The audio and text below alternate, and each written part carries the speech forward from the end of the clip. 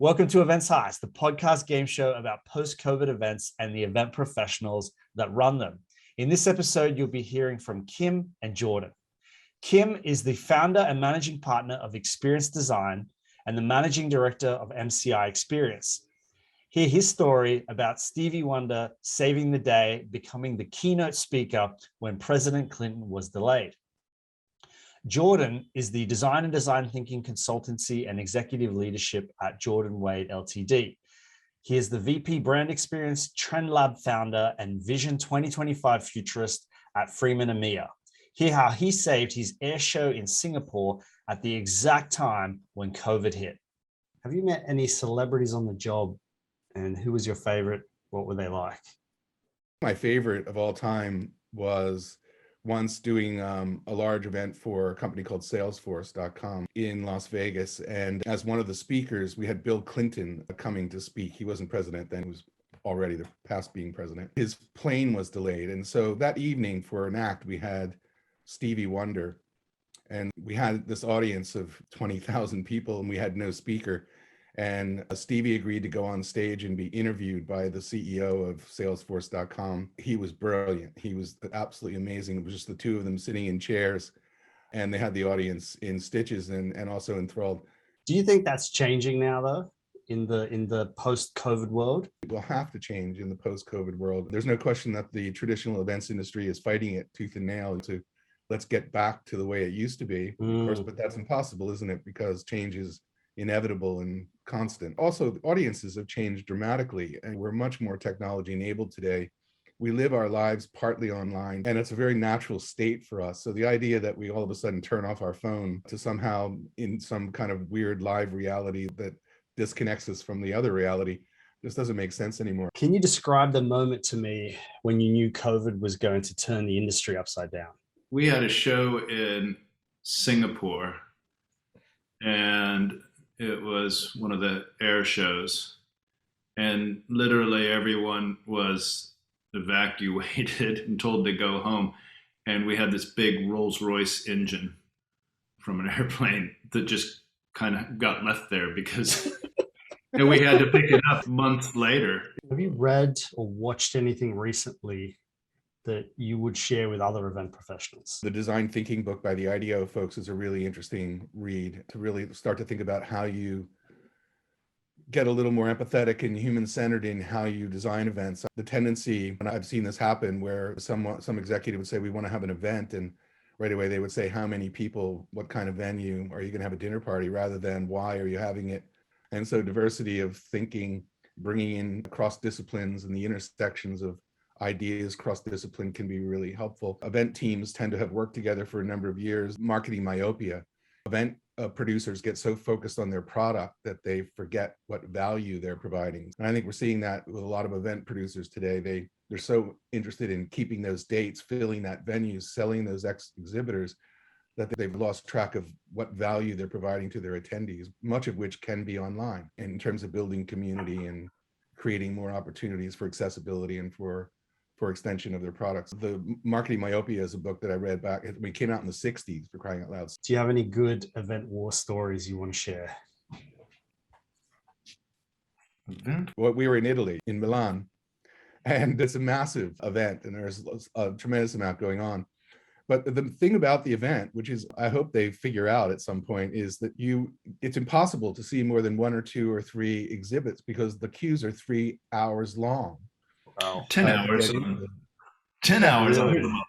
Literally, there are people with signs going 2 hours from here, 1 hour from here. You don't get to see the interior of quite a few of them unless you're planning on spending a month there and waiting in queues for hours every day. That was one of the interesting events that Jordan and I had participated in together.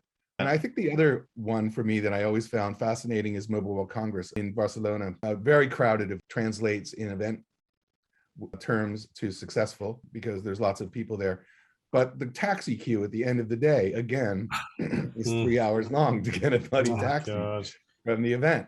These are events where the whole concept of your audience and the comfort of your audience and value of your audience is lost to form over function. And I think that happens at a lot of events where it's been planned by logistics people who have lost track of. Most people I talk to have experienced it, where you're herded like cattle into a keynote session, and all the rows in the back have ropes on them or tape on them. You're not allowed to sit there because they're trying to pack the room from the front to the back. It's just almost inhuman. The exhibitors, so that they have to pass by the exhibition booths to get a coffee. All those kinds of logistical torture moments.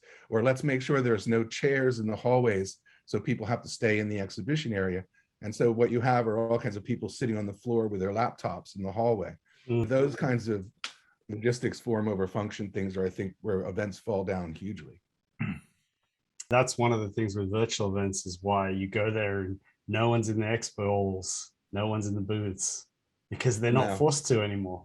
They're not herded like cattle there. You're hustled into the keynote where you're sitting in a seat that's so tightly packed that you have to keep your bag on your lap. The keynote, there's blaring music going. The keynote is usually the top executive of the company who comes out and basically sells over her time because she can, because no one's going to tell her to stop. So now everyone's running around in a flurry because the breakout sessions are about to start. So the coffee time is cut short. So you have to pass through the hall, watered down coffee, into breakout rooms with no windows, so that you can see PowerPoint presentations that are terribly designed, delivered by speakers who technically are brilliant, but are not speakers. That's the kind of thing that we're doing to people every day. And we call it events. I think the mistake is, because people are physically there doesn't mean they're there, because they're on their phone or they're on their laptop. They're not actually there. It's just that in a virtual event, you can see everyone leave. Nothing's keeping them. Event organizers were making money, and let's not change anything, and let's just keep it going the way it's going. And let's make event tech companies be sponsors. They'll have to pay to be here. We're not going to use their technology. We're not going to pay them. The whole thing. So I think we are going through a generational shift in terms of this technology platform and how it relates to events and experiences. And I think it's powerful. Favorite speaker that I could have anywhere, anytime? Yes. Kurt Vonnegut. He wrote a book called Slaughterhouse-Five, which was made into a movie. The way he merges his stories and the authenticity and the humor and the future thinking and the messes that are created are amazing. He's highly entertaining. Just one piece of advice for event professionals running events at the moment, what would it be? Understand the objectives of the event. Make sure that you're really clear on the why you're doing the event. I think that's the most important thing. The agencies that I used to be involved in, where there'd be people in catering, managing catering, who thought they didn't have anything to do with the strategy of the event. And of course they did, because the catering was an important part of the experience. Yes. And it reflected the client. It reflected the client's position and their brand and everything else. And so I just think everybody, no matter what your role is, needs to be connected to the why, the objectives for the event, the brand, why we're doing it, who the audience is, what they value, all those kinds of things. I think is just critical. What trends do you see occurring in the next 2 to 3 years in the industry? I'm the founder of the Precog Report, and I've been tracking trends and innovation since 2006. And so Precog Report is just, in 14 seconds, it allows you to have pattern recognition, and you get 10 different topics, and you can see the future there. So some of the trends and innovation and things, obviously you're going to see 100% green shows. You're not going to see people trying to be sustainable. There is, like Yoda says, there is no try, there's do or do not. So it'll come down to being a consciousness too, an awareness. So it's not just having sustainable materials on site that are creating the event. How do they get there? Do they get there with petrol vehicles or electric vehicles? How is electricity created? Is it created with solar panels, where there's the chemical compounds created in solar panels is very toxic for the environment. So you have to look back at everything. And so there's this whole chain of responsibility. And that's not to knock solar panels at all, because anybody that's making a sustainable effort is fantastic. We're just finding out better ways to do things. Is the level of what we're talking about of blended events, this hybrid where it's physical and digital, it's happening so quick. And again, we lean towards the gaming environments, because you were asking, or we were talking about how, events is back and it's the only way to do things. Do you think the events industry is ready for the changes that Jordan is talking about? Or it'll take a generational change for that to come through? I think coronavirus maybe accelerated our awareness of the potential of some of this technology to really be more inclusive and provide better accessibility, be more environmentally friendly, all those kinds of things. So I think we're in a slippery slope now where I think we're going to see changes come more quickly. That's not to say that the traditional events industry is not going to attempt to go back to the way things. And I think because all change is hard for anyone. So investors are obviously believing that the change is happening out there in the marketplace. I think we're on the edge of a change. Weirdest food you've ever eaten at an event? Weirdest food I've ever eaten out of it. It'd probably be one of those printed foods that I have no recollection of, but it tasted like paper, What's a 3D printer, and instead of printing ink, it's printing food, just like you would see in one of those sci-fi movies where you want a steak printed. And it tastes like paper. Oh, nice.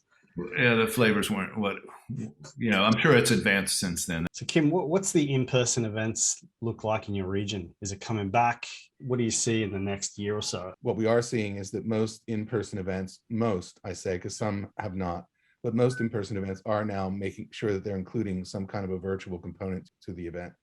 And that's only because if they've had experience over the last 18 months, 2 years doing virtual events, they've realized they have better access and they expanded their audience dramatically. One of the things that I was dealing with recently were associations who in the live events world were struggling to get new members and struggling to get younger members to come to their events. And as these associations began taking their events virtual over the last year, their membership and access to younger members has increased dramatically. And usefulness now in that content can be shared and sustained. They're building community versus online versus having to wait for an annual event every year to get together. Favorite TV show at the moment?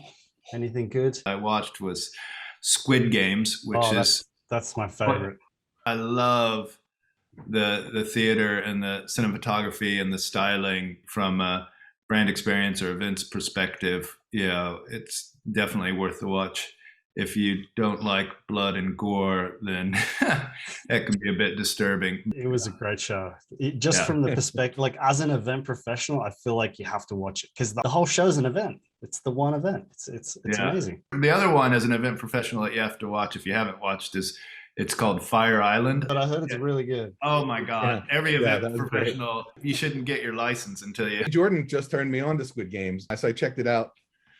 This dystopian view of the world is fascinating. The news is just as dystopian. I think the Squid Games is really interesting and fascinating.